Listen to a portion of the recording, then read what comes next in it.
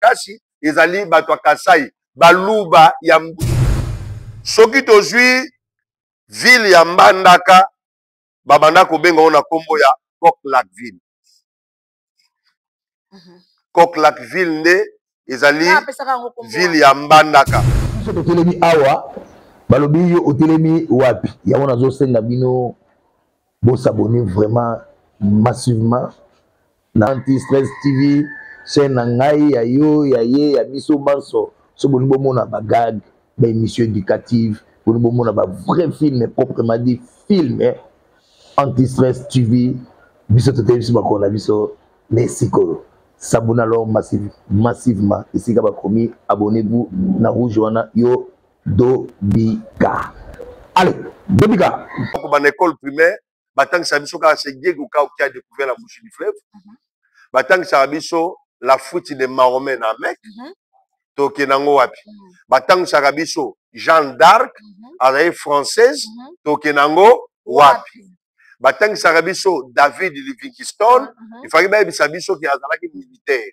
Baka ko explorer mboka, ba bomba. Batang Sagabiso Magellan a fait le tour du monde. Pourquoi bakotisa na classe na bisoté na éducation ya bako national na bisoté bakotisa histoire ya Simon Kimbangu. Bakotisa histoire ya royaume Congo. Oui, bakotisa batangisa biso royaume Congo ndenge ezalaka divisé na 12 provinces. Balobela biso Lualabu, balobela biso par exemple Kalemi, bande ko benga ngoboy. Balobela biso histoire ya premier président Kasavubu. Batangisa pe bana bayiba histoire ya mboka. Bayebisa batu batangisa biso ke muyaka soka zoloba muntanu bakoyoka parce que muyaka za mwana muntanu. Mais oui, bayebisa biso yango. Balobaki bayaka Kishasa makulu. Balobaki bayaka baza ba premier intellectuel ya ba Congo nyonso.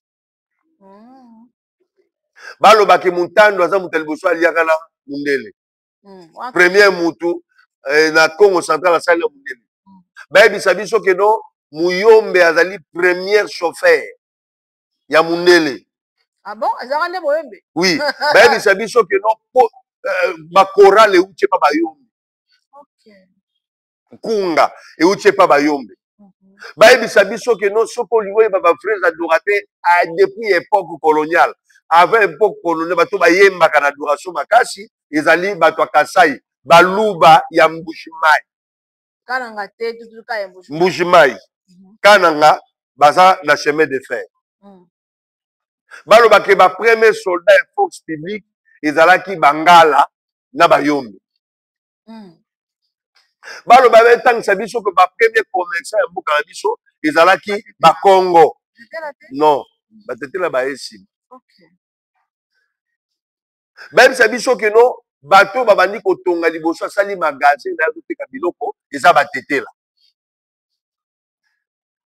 Eza histoire ya mboka. Très bien. Ego changer te. Nde eza na ba papa oyo parce que quand on le quartier Imo Congo, le quartier de s'évoluer, ils ont quartier à ba intellectuel, makasi. Maintenant, parmi les intellectuels de Congo, nous avons la papa Arthur Pindi. Papa Arthur Pindi. Obi journaliste au babé Thierry Pindi. Thierry Pindi. Papa nae? Papa nae biologique. Ok. Thierry Pindi oyo abandonné au sala club de vacances à l'époque. Na antenne A. Voilà, l'antenne A. Bazaka na Mabi. Mabi. Mabi asalaka ba théâtre mingi bodo. Papa na Thierry Pindi. Ba pesa pe quartier Pindi ezali. Quartier Pindi na Yolo. Na Yolo voilà. Tozali susu na papa Ngufula. Camp Pindi voilà. Eza quartier. Quand on est dans le quartier bomba. Et un quartier Pindi. Voilà. Toza na papa Ngafulu Alphonse. Toza na papa Kingotolo Antoine. Parce que basala qui traité il y a indépendance. Bato Abako. Basala on la quartier 7, l'avenue commerciale numéro 17 à l'époque. Selon l'histoire, pendant au côté de mon moulay, bah, il y a le baraque, mais plus que y a Mumba, n'enga kendaka, besoin du boyer, malobi qui a zon à pas mon aramoisi. Et là, même ils sont saqués pour le mois, si n'a pas pour la moitié, pour les colotés. Voilà, ils ont juste moi moqué au lait, quand même, mon coyote au coton pendant moulay. Et ça, le côté, ça va raconter. Très bien. Historiquement, par là, fait Patrice Emery Lumumba, qui a traversé. Hein? À Santa déjà qu'on a fait bako kangaye. Donc a préféré qui a son kaka. Rien à voir que atika qui moi parce que tant que moi c'est déjà atika laki. Donc ils allaient ba biloko ba congolais ba bakisaka mango ils allaient ngati. Pour nos salir mémoire. Très bien. Tous sur la papa Kanza les grands historiens. A auto akufa. Tous na papa Nzezalan. Avenir na Kimbanti komona avenir Nzezalan. Ba notable makasi ya Kimbanti ki bango wana. Tozana papa président Kasavubu. Ba intellectuel ya ne Congo bango wana. Très bien. Baza musu totangite ba Fernanda premier mathématicien d'Afrique. Akufa Nanda Fernanda bilomo ande ko ba kombo na ye. Maintenant en 1959 tant ba police belge ba ye bakanga bango bazalaki na réunion. Bazalaki papa Kasavubu bango nyonso banzezalando baye kokima tant bakimi nde bakangaka papa Pindi papa na Thierry Pindi tant bakangaki bakangina papa Nzezalandu na papa Kingotolo nde bakangaka bango voilà. Maintenant papa Kingotolo o tolobi asala traité ya indépendance ils ont la quartier 7 na commune ya Njili à l'époque. Maintenant n'époque wana bato yo to lo baba kombo eyebanaki ba politicien ya makasi ba acteur économique ya makasi ya tango wana tozwi Jano Bemba Saolo papa na Jean-Pierre Bemba Gombo tozwi Dokolo mwana Mobutu te Dokolo azalaka na ba chambre froide awa famille Dokolo papa na syndicat Dokolo akufa famille Dokolo voilà. Tozali na papa Gaston Diomi papa na Diomi Ndongala tozali na Ndongala Joseph tozali na Bomboko Joseph Ileu pe tozali na Michel Mongali. Maintenant ba compagnon ya Lumumba parce que il faut toyeba Kananga ezaka la kombo loko banobe ngamoka chaque province Kananga. Chaque ville voilà tokoma wana. Maintenant qu'est-ce qui s'est passé tozwi ba compagnon ya Lumumba o ba boma ba kona Lumumba tozwi Maurice Mpolo tozwi Joseph Okito tozwi baza ebele pe moko babosanaka ye papa ya Christophe Muzungu azalaka parmi voilà bamema bango na avion bake na bango na Elisabethville yango lelo Kananga. Ah ok, à l'époque zara Elisabethville. Elisabethville voilà. Yango lelo Kananga. Voilà. C'est ça. Maintenant soki tozwi ville ya Mbandaka babanda kobenga ona kombo ya Coq-Lac-Ville. Coq-Lac-Ville nde ezali ville ya Mbandaka. Ezali Coq-Lac-Ville, Coq ezali kombo ya premier administrateur belge dans la ville ya Mbandaka. Ah, okay. Voilà. Et Joseph Bofongue, qui deuxième administrateur noir, l'époque wana na ville ya Mbandaka. Maintenant, tozali lisusu na ona oti koloba Muzungu, papa ya Christophe Muzungu, ye pas zalaki parmi ba compagnon ya Lumumba o ba bomaka. Christophe Muzungu azalaki gouverneur na biso époque de 97 2001. A comme un ministre de la culture de art comme président comme ambassadeur na biso na Congo Brazzaville. Maintenant, nalina expliquer bandeko ba comprendre. Bisika nini mboka na biso etekamaka. Manola na molai to pe na mozindo ba mboka yo papa. Bandeko bolanda eloko oyo. Mboka na biso etekamaka wapi. Tant Mobutu alobaka, si c'est possible de faire l'accord avec le diable, je le ferai. À Salaka Ngonanoute. Moment où nous allons à l'époque coloniale. Alors pour l'unité du Congo.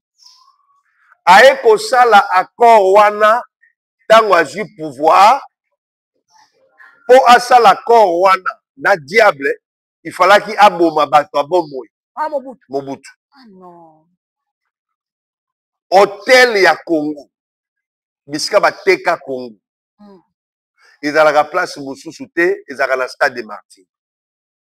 Non moto bakundi ya bomoy. Bakunda bango te babaka bango ya bomoy. Ah non.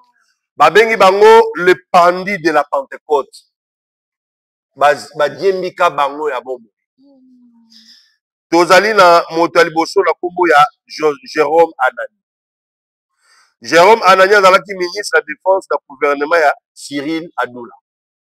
Autre nom bengi Bembadoula. Bembadoula. Voilà. Tozali moto mibale Emmanuel Bamba. Azalaki sénateur et dignitaire de l'église kimbangiste à l'époque. Tozali Nevaris Kimpa, premier ministre ti na 1965 au Mobutu azwaka pouvoir.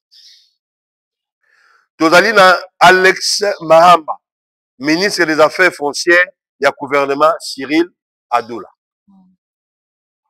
Le 1er juin 1966, na stade des Martyrs, place wana ya triomphal, nde babaka ka bango wana. Badiembikisi bango bakufa sur place.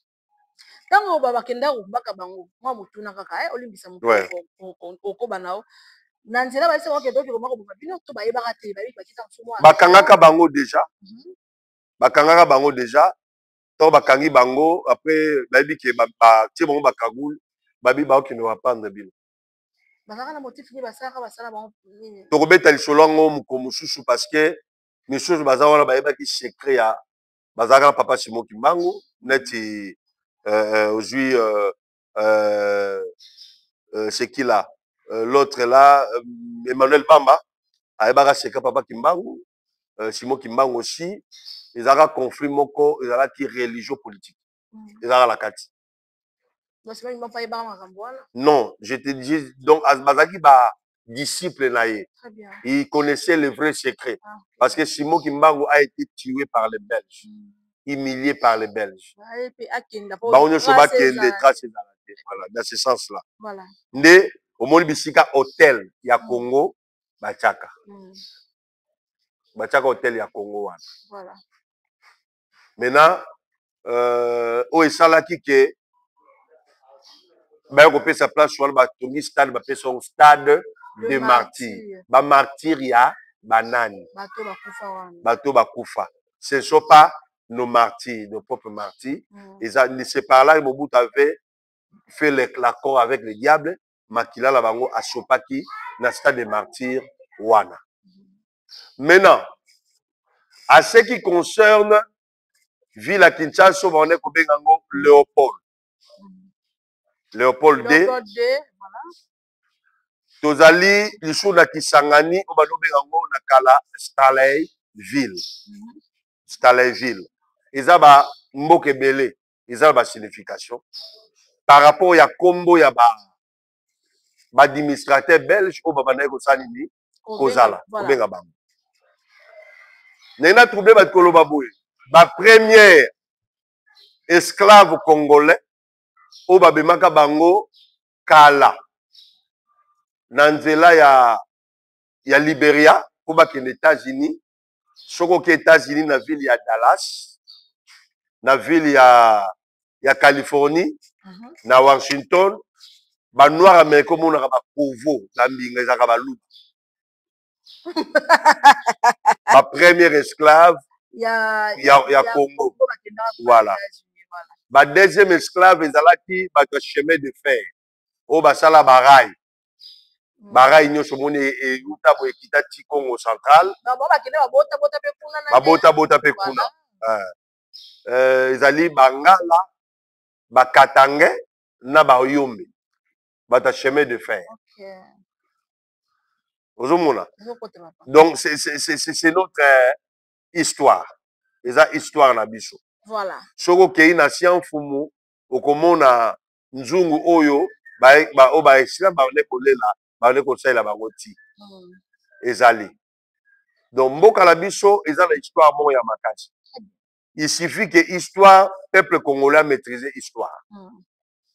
Soko maîtriser histoire, on comprendre que telle commune est botami na tel parce que on eba histoire ya France si tu ne maîtrises pas ta propre histoire. Voilà.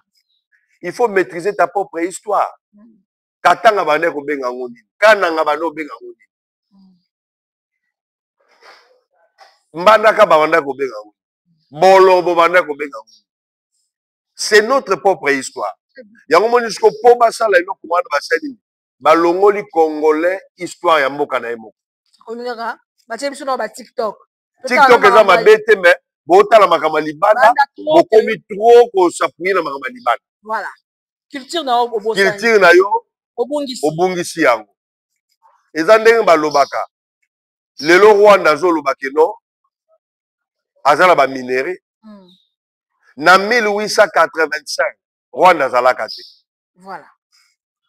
Nzambe pena azanko. Alors nzambe ndoka zaka congolais pas linga Congo. Nzambe azali côté nzambe alingi peuple nyonso mingi. Biso ya dinapsi makasi. Je suis fier de la congolais. Merci. Omoni na tie mundelu boy. Nzambe pena sala mundelu boy. Omoni soki olongwe na mabele ya Congo. Okati mabele ya Rwanda. Rwanda zata na tienge moko ta diama. Azana ngote. Ata tienge ya kolbal ta na. Donc nzambe pena asukise bisika mabele na biso esuki. Bisika pe or esuki. Kagame wana. Et lui, Kagame d'origine, il n'est pas vrai Rwandais. Kagame azali éthiopien. Maman na ya azali Kenyan. Ba Rwandais ya solo ezali ba Hutu. Ba président Kufa wana Abieri. Kagame ya koyati. Il n'a jamais présenté ni son père ni sa mère dans Mboka wana. Yamu ba pays wana mi balé côté la keza Éthiopie na Kenya. Originalité na et utawana. Très bien. Dans la histoire na biso, il faut batuba ye bango ke toza na histoire mo ya makasi. Soko ye na njili na epom, école wana epom. École epom. École na njili. Njili côté ni. Peut-être oye bangote ezala nga ba quartier c'est sur zo bimakimbuta toza na itinjili epom wana nyoso itinjili école wana itinjili préfet na nga liboso ezalaka grand calais ouais musicien ouais ande ko mélanger musique na ko la préfet to asala ka onde ngani azalaki préfet en tout cas selon histoire pour oye ba rappel eza ndenge nyoka longa azalaki moyembi na Sainte-Thérèse. Ça veut dire quoi? Koyemba choral. Choral. Ah, na dona nzenga bonzambe. Abadala ndenga. Mais oui. OK. Ma utaka ko na kumuda utaka na mokili ya. Baze belé, bazaka ba musicien, bazaka ba touriste. Très bien. Papa na biso ale molo nani oyo nani wa poto na le molo ko Non, akufa pas na kimia nani. Oya mo to malo kofi, azaka pe musicien ya kofi. Et puis, Sika, aïe, non. Thomas le Kofi n'a jamais été musicien de Kofi. Bon, Zaki passage, aïe, sensibilité. Aïe, Koleka. Donc, c'est ça notre propre histoire. Voilà. Il faut histoire na biso, mutunyo so aïe bango. Qui chasse banana kitambo. Kitamo. Kitamo.